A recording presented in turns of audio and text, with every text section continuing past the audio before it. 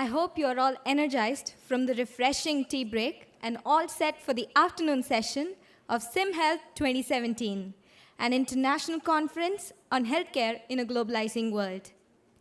On that note, I, Sandhya Sharma, a student of MBA Hospital and Healthcare Management from Symbiosis Institute of Health Sciences, on behalf of Symbiosis International University, welcome each of you to this session on healthcare, integrative approach in setup.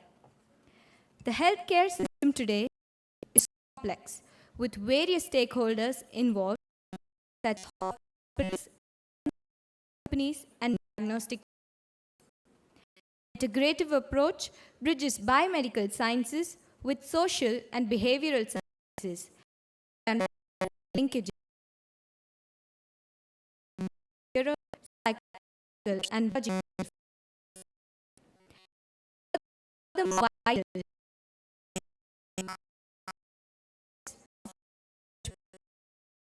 in design, data collection, and analysis. We have with us Dr. Renu Mehtani, founder of Param Yoga and MD, holistic physician and yoga therapy consultant. We are privileged to have you amongst us, ma'am. May I now request to please grace the dais.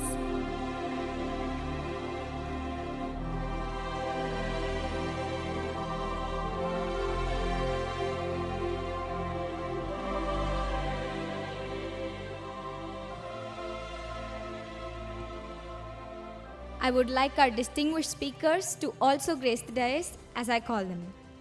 Dr. B.M. Hegde, former Vice Chancellor, Manipal University.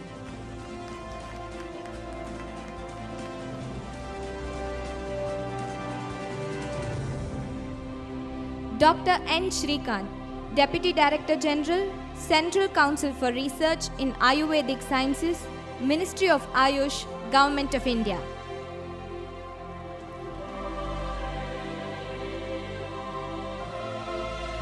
Dr. R. Nagaratna, Medical Director, Arogya Dharma, Vyasa.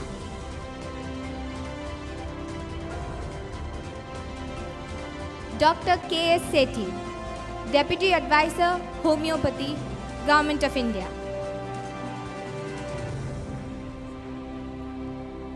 Dr. Surgeon Captain Kushilabh Bose, Chief Medical Operations, HealthSpring.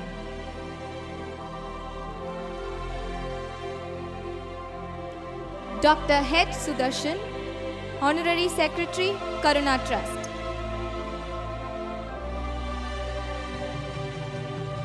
Mr. Dilip Kumar, President, Indian Nursing Council.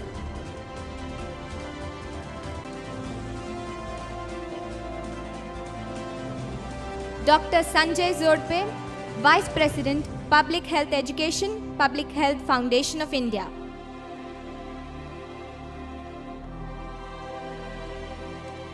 Our anchor, Dr. Renu Mehtani, the founder of Param Yoga, is a true healer in spirit and profession.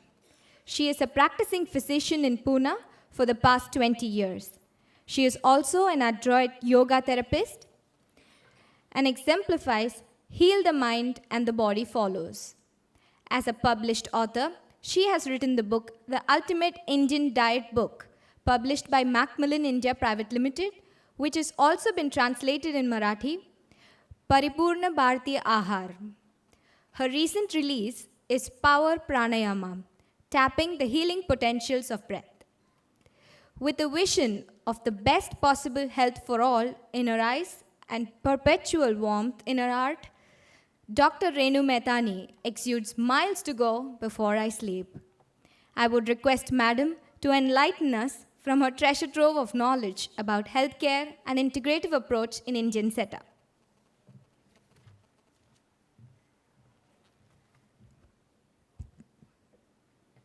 Thank you so much for giving me this opportunity and this very warm welcome. I take this opportunity to welcome all of you today to this wonderful session on integrative healthcare as applicable to our Indian system. Healthcare and health. Well, to say that health is the greatest asset of ours is actually an understatement. because it is the real asset that matters in the long run. Think of money, intelligence, knowledge. They all have value only when they are associated with some degree of good health, physical and mental. So this long-lasting good health can be achieved with a balance, a balance of our internal environment, even in the face of difficult external environment. And this is what is, called as homeostasis, the art of maintaining harmony. So the way we all need internal harmony for good health, the present healthcare system also needs more synchronization, more harmony. Healthcare presently is more, sort of limited to the care of the sick, the care of people who are suffering from diseases. And the professionals tend to pay lesser attention to preventive and promotive healthcare. Of course, one aspect of preventive healthcare nowadays, which is receiving importance, is periodic health checkups. But unfortunately, this too is being overdone because, like many other services, it's like a money spinner. So the need for an integrated approach is heightened, also by the escalating cost of medical care and the harmful effects of many prescription drugs and medicines which are being used for treating even very minor illnesses. It is unfortunate that the market forces have guided the overuse of drugs, resulting in their adverse effects. And we've reached a time which is described as farm age dawn, as a time where medicines are producing more ill health than good health. So in this demand-based healthcare system, where on one side people can afford all sorts of tests, investigations, and they ask for it, we also have a bigger population who can't afford it. And they start feeling deprived and sometimes cheated also. So I'm trying to tell you what is the present healthcare scenario and what is the need of having this august gathering here today. So the present curative healthcare system has some glaring shortcomings. It is predominantly based on modern medicine and technology. Rich treasure of our ancient wisdom is not being used adequately. The cost of treatment has become prohibitive. The treatment is market-driven, with ethical considerations being sort of reinterpreted. Treatment is specialty-centric rather than patient-centric. Treatment is demand-based rather than need-based. So this brings us to understand why this session has been planned by the Symbiosis system. Towards the end, developing a balance, a homeostasis, between what? Between modern medical system and traditional medical systems. Between the present healthcare delivery system and our cultural Indian practices. Between the different arms of health, not just curative, but preventive and promotive healthcare as well. So healthcare should not be limited to just treating the sick. In fact, the Swachh Bharat Abhiyan that has been initiated by our respected Prime Minister has awakened a lot of awareness and activity in the nation. Activities which include reducing environmental pollution, providing clean drinking water, and having a healthy waste disposal system are taking momentum. So what would be better? Index of national health, better availability of curative system, or lesser requirement of these services by the masses. This needs serious consideration. So this is the time. The time is ripe for an attitudinal change in our outlook towards health. And none other better than our chairperson today, Professor Dr. B.M. Hegde, the former Vice Chancellor of Manipal University. I'm sure we all are literally dying to listen to him. He is going to be chairing this session. Padma Bhushan Professor Dr. B.M. Hegde actually needs no introduction. Yeah, but I will introduce myself. Okay. Okay. So few of his credentials, but sir says he will do it, because actually words cannot describe this magnanimous personality as Dr. Hegde. उनको देख के एक श्लोक याद आता है, गुरुर ब्रह्मा, गुरुर Vishnu, Gurur Devo Maheshwaraha, Gurur Sakshat Parabrahma, Tasmai Shri Guruve Namaha. With this, I request Dr. Hegde please to enlighten us. Thank you.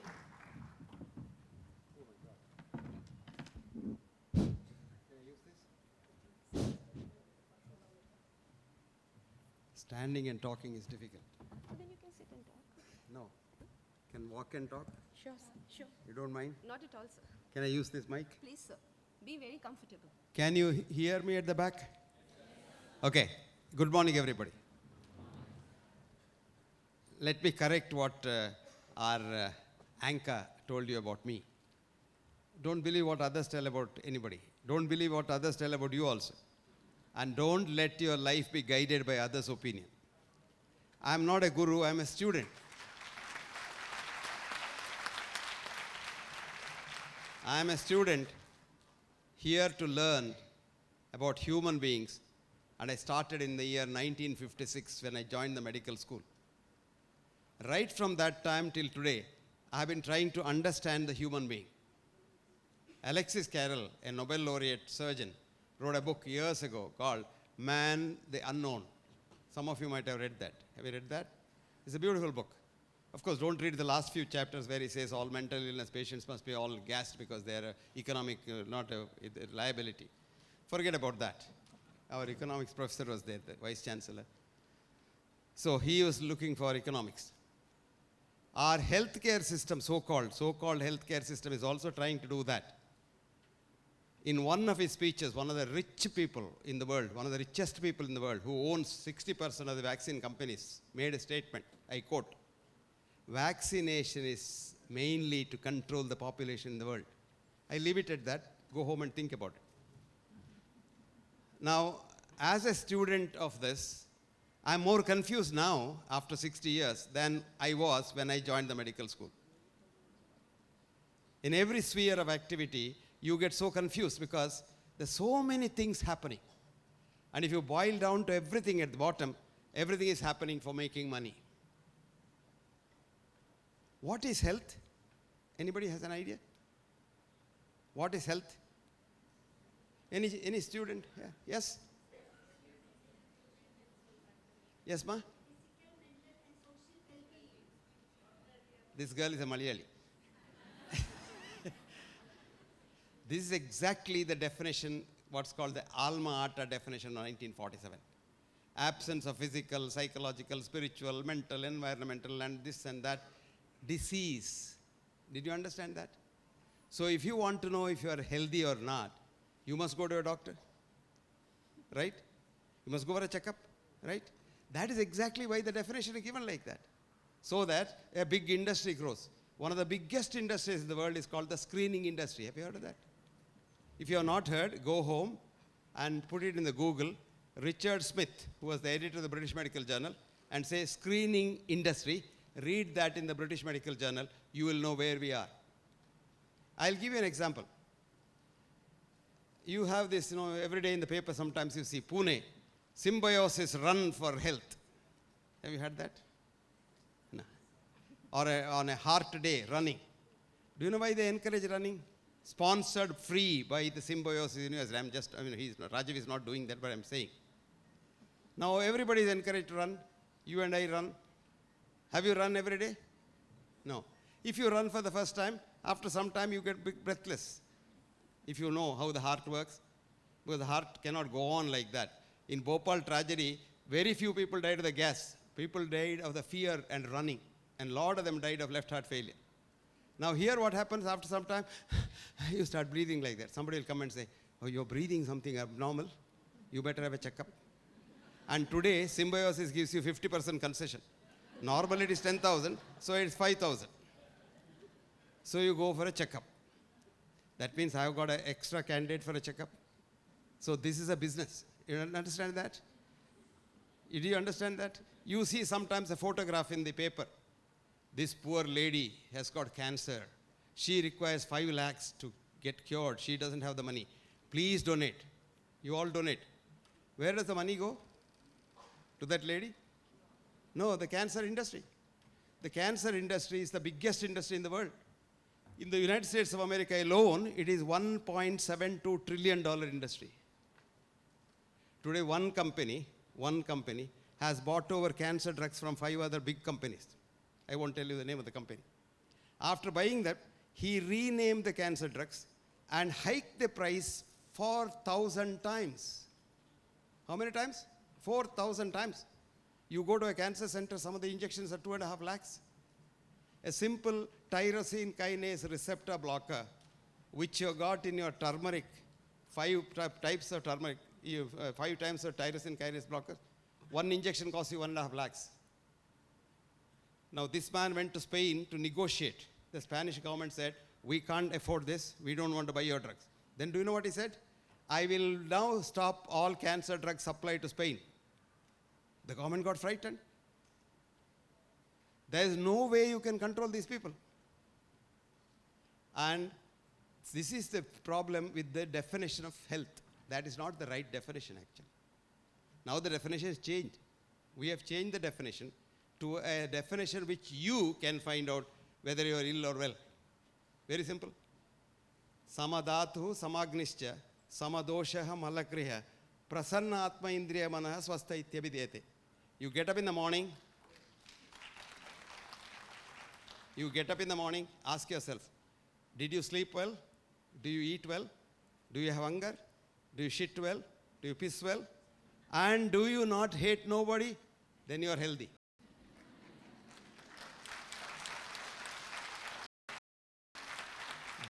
Do not go for a checkup to see whether you are healthy or not. That's not the correct definition of health. The present definition of health, which is accepted by the IOM. IOM is the highest audit body in America, in medicine. And this is a part of the American Academy of Science. They have now accepted the definition. Health is defined as enthusiasm to work. In other words, enthusiasm to work and enthusiasm to be compassionate. Ask yourself 2 questions in the morning. Do I want to go to work or do I have to go to work? That's all. If the answer is I have to go to work, you are not healthy. But if your answer is I want to go to work, you are very healthy. This is not absence of health. Remember that? I don't know how many of you know Steve Hawkins. He's a professor of physics in Cambridge. He has got a disease which should have killed him 42 years ago, according to the medical textbooks. He has got what we call amyotrophic lateral sclerosis, which should kill him within 6 months of the diagnosis. It's 42 years later, and he's teaching physics, writing books. He has several gadgets and a very, very loving wife, which in the West is very unusual. If the husband is not well, wife will leave him and walk away because like a shirt today, you throw that shirt and buy another shirt. No, this girl is hanging on to him, has kept him alive. That means disease is not absence of health. Things. A, enthusiasm work. And enthusiasm, compassionate. Next thing you ask, do I have to do something for others? This is an Indian philosophy. Paropakartam idam shariram. It's for others that you live. But now come to quantum physics. Others are you. Who is Rajiv? A part of me. Because Rajiv's energy and my energy is the same. So it's your brother, sister, husband, wife. That's relative. What is your relative? So when I do for Rajiv, I'm helping myself. He's a part of me. When I hurt him and try to hurt him, I am hurting myself. Now if you have a biophoton camera, you can see your body is not one eye. You have 120 trillion cells, 120 trillion human cells. One cell in the mother's womb. Zygote, the first nucleated cell. And our ancestors were not our fathers and brothers, but germs. This world was inhabited by germs for 2 billion years. Germs, of course, were like us. Business, hatred. The world is running because of business, hatred, all because of economics. Adam Smith, the father, said, In corporate business, profit is the only consequence. Right or wrong? Yeah, taught like doesn't matter. Make the sick room also. But he wrote, do not make money in the sick room. Remember that? Do not make money in the sick room. Before 18th century, there were no hospitals in doctors used to go to patients' house. And in England, when association, it's an honor. You examine the patient and then go to patients. If 3 guineas, £1 ship, you pocket. Supposing it's not kept, it means the house cannot afford it. So you go inside after washing hands, thank them for giving you an opportunity to help another human being. This became hospital. This became hospital in the century. Interestingly, the money came to the world. Of course, Adam said,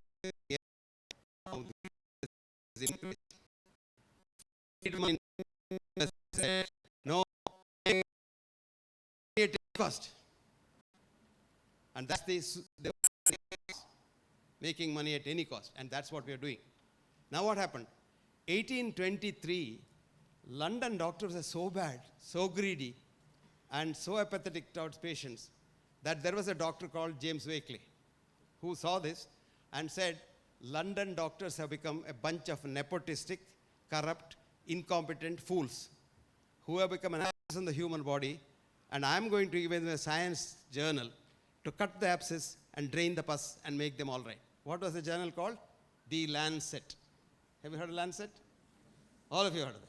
What is the Lancet? The knife surgeons use. So he said, I'm going to drain the pus.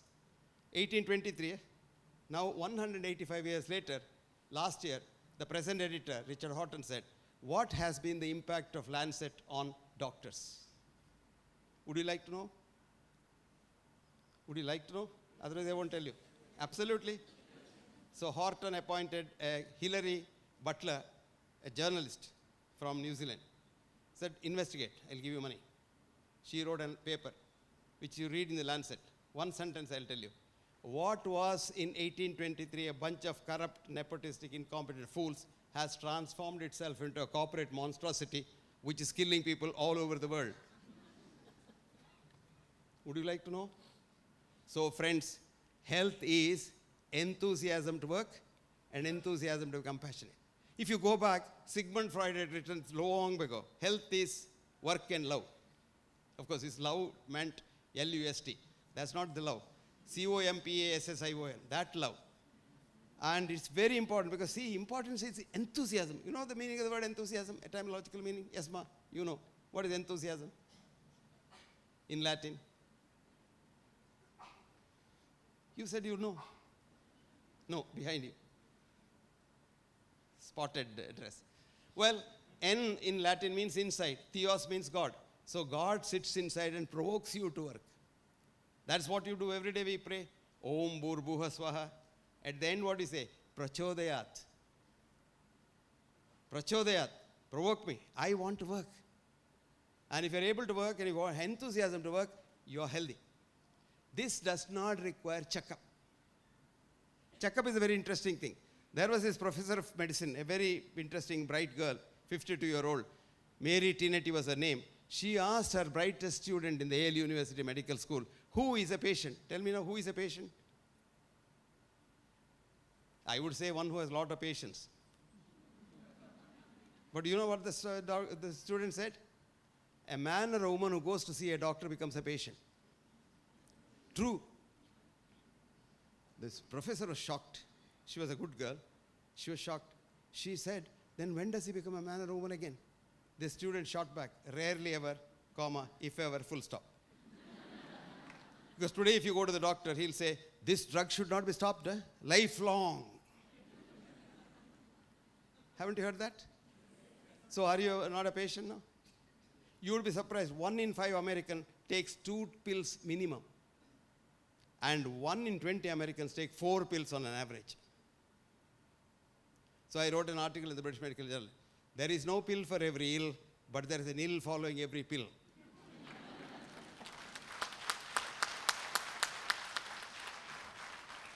"40 years ago, I wrote an article about aspirin being used for preventing heart disease. Small aspirin, baby aspirin, 50 milligrams, 70 milligrams. We know aspirin for a long time, almost from the 15th century, because aspirin came from willow bark in Europe, with the competition for the nice bark, cinchona bark, which cured malaria. These Europeans became J of the Spanish and the Peruvians, and they got their white tree and got only aspirin. Fever came down, patient died. But there the patient survived because malaria was cured. Here the fever was cured with aspirin. That's what we do now. When a fever comes, you take an aspirin tablet. Then I wrote, aspirin has a lot of side effects, and do not give it for preventing a disease. A lot of people are talking about preventing a disease. Preventing. I'm preventing cancer by taking. And then it went from aspirin to polypill. Have you heard of the polypill? No? Polypill came and went in a big way. Polypill is a small, small dose of every drug. Small dose of aspirin, small dose of antidiuretic, small dose of antidiabetic, small dose of statin, small dose of this, together in a polypill. And about 10 years ago, polypill was a rage. And thank God, within 2 years, polypill went back, but it killed a lot of people. It killed more people than it saved. When you go to a doctor and you take a pill, we don't know that pill helps you. Because our statistical science, all science is statistical, reductionist science is statistical. So we have what is called NNT for every pill. How many of you heard the word NNT? Huh? Good girl. You went for a pharmacology class correctly. Every pill has an NNT, number needed to treat, which means, supposing I give you a pill A, which I have to give to 300 people unnecessarily to help one person. And you don't know who that one person is, so I give it to all the 300. Then every tablet has got an ADR. What is ADR? Adverse drug reactions.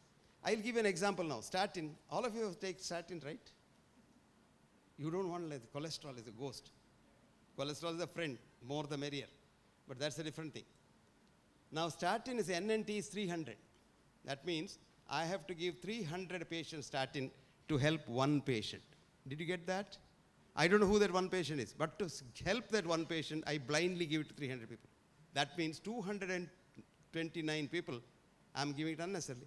ADR is 5%, which means 5% of the 229 will eventually die in the next 5 years. So what is the audit at the end? While I have helped one patient, I have killed 15 patients. Isn't that good? Population control. So you don't have to do any nasbandi. Sanjay Gandhi can be spared. The weapons of mass destruction are in our hands. I was so happy today. I was educated today. My friend Sudarshan tells me 50% of cancers can be cured. I was so happy, I tell you. Because my idea was 0% of cancers can be cured by the Western method. But he says 50% of cancers can be cured. Of course, I have read that in books also. But if you go deep into it, cancer is the biggest industry. Albert Szent-Györgyi is a Nobel laureate biologist, one of the best. He has written a book called Introduction to Submolecular Biology. Please read this book. You know what happens sometimes? Yesterday, you told 5 books in the last lecture, but I went, they're very expensive. Can you get them free for me? It's very interesting. Anyway, do you know what Albert Szent-Györgyi wrote? I don't know what cancer is. Who is writing that? I don't know what cancer is. Cancer cells work exactly like normal cells. Although, under the microscope, they look horribly dangerous. Because we are not looking at a working cell under the microscope. We are looking at a tombstone of a dead cell. So he said, I don't know how to cure cancer without killing normal body cells. Who wrote this? Nobel laureate. I think he got 2 Nobel Prizes, Albert Szent-Györgyi. But we don't want to listen to all that. We want our ideas to be impressed on the people. Today we have what is called medical scare system. We frighten people because they become our patients. This is called disease mongering. You go to Bangalore airport, get out, there's a big bunting. 1 in 4 Bangaloreans are diabetic. Are you one? You miss a beat. Then you straight ask your driver, on the way, go to the laboratory and let's go. Your blood. Lo and behold, your blood is high, sugar. Do you know why? We were hunter-gatherers in the forest. Hunter-gatherers. And only 2 causes of death. Without money, only 2 causes of death. Even now. Old age, which Sudarshan thinks is not a disease. I too don't think it is a disease. Then predation. Either a snake bites you or a tiger kills you. So nature, scientists don't like the word God. Nature gave us protection in the name of a doctor called the immune system. Autonomic nervous system. So what happens? You see a tiger coming in the forest. You get frightened. You want to run. To run, you require 2 things. A, your sugar must go up. Today you can drink Glucosade and run. Those days there is no. So nature provided lot of gunny bags of sugar in the liver called glycogen. And then he said sympathetic stimulation, fear, sympathetic stimulation, and adrenaline comes out, goes to the liver, releases glucose from the glycogen, which with a medical student mugs up, neoglucogenesis. He doesn't know what it is because all Latin, and you throw a Latin word or a Greek word, you get confused. New sugar is born, that's all. So new sugar is born. So that day it was tiger, today it's the bunting. 1 in 4 Bangaloreans is a diabetic. Are you one? Same thing. This is called disease mongering. Please read a beautiful editorial on disease mongering by the editor of PLOS Medicine, Roy Moynihan. It's a beautiful article. Disease mongering. Today we are doing disease mongering. In the olden days, Hippocrates said your board should not be more than 1 foot, 1.5 feet long and 1 foot wide. The doctor's board. Today doctors are having television. He stands and says, I am the best doctor. And then one doctor is advertising all over the world saying that I have reduced somebody's weight. That African lady's weight I have reduced. What all we did, every paper writes, what we did to reduce her weight. Never do you tell that when you reduce weight like that, eventually the patient dies. Weight is reduced. Patient dead. They didn't want her to die here, so they have sent her back. Now you not hear in the paper what happened to her. Never hear. Because papers write what is good for business. That's economics.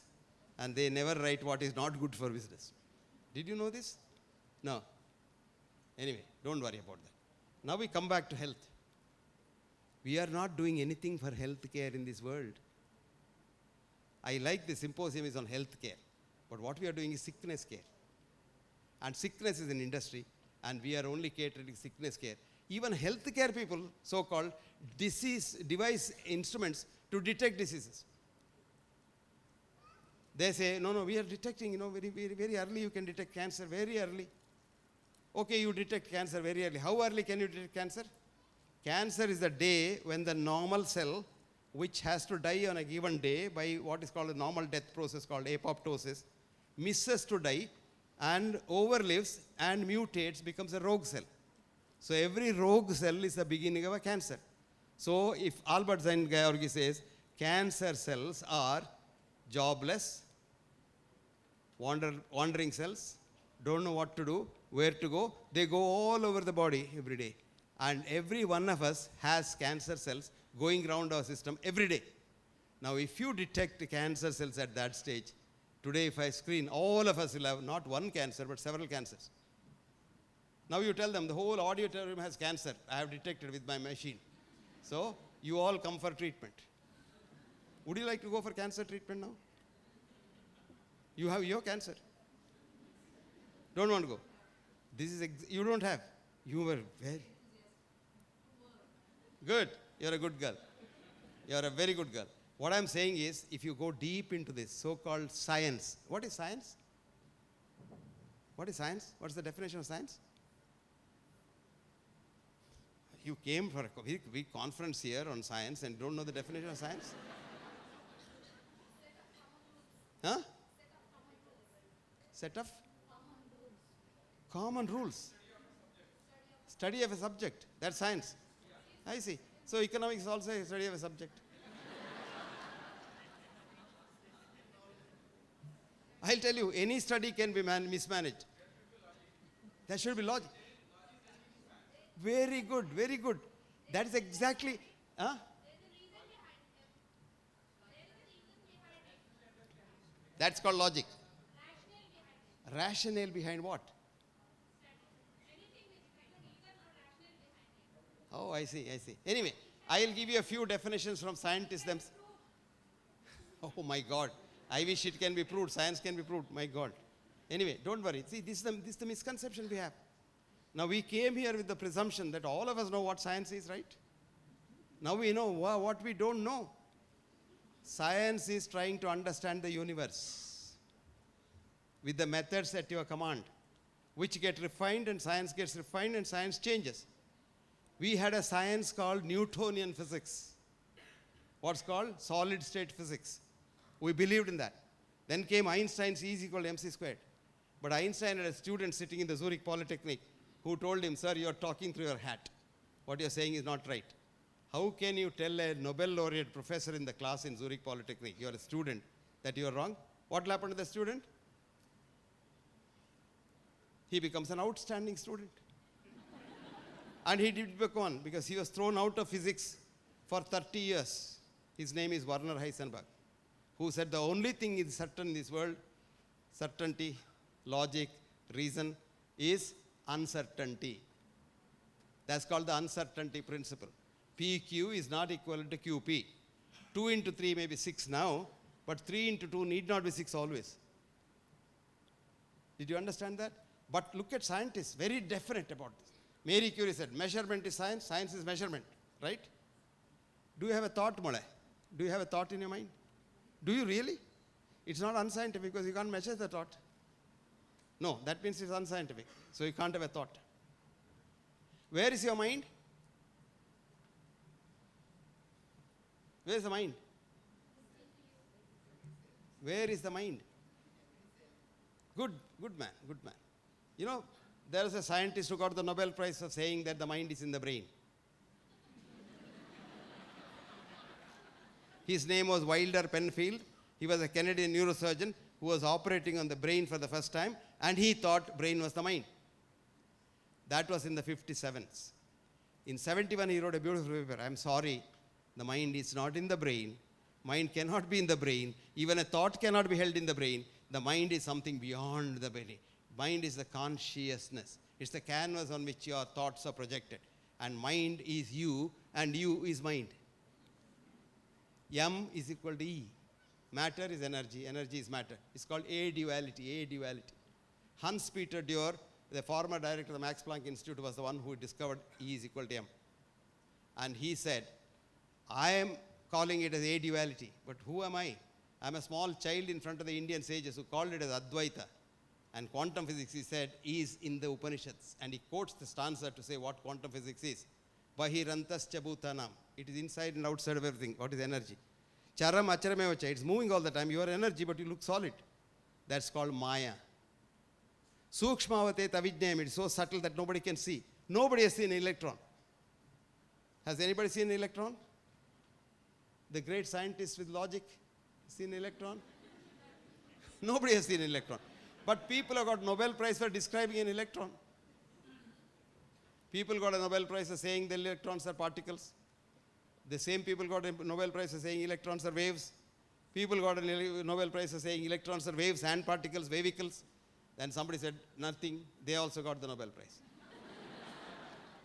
Ultimately, Hans-Peter Dürr said, I don't know what they are, and we can't see an electron because if a photon leaves an electron to hit your eye to see that it's there, electron changes. Whereas if I have to see you, the Rajiv's photons will have to come to my eyes. Then I know Rajiv exists. Otherwise, Rajiv doesn't exist. Rajiv exists in my conception. This is called haps. The world is not what it is. World is a Verklichkeit. Verklichkeit is called Maya. It's a drama. And you don't know. Now all of you are here, according to me. Now I close my eyes. Are you here? I don't know. So virtually, the world is just haps. Time doesn't move. Haps move. Happenings. And this is the world. And today, quantum physics says Einstein's worldview is all wrong. Newton's worldview is all wrong. There are no particles at all. There are only waves. It's energy. You are energy, I am energy. You are the same energy that I am, and we are relatives. This makes you so humble, and immediately you become well. When you say I, illness. When you say we, wellness. As simple as that. So it is a simple thing that we have misunderstood for making money.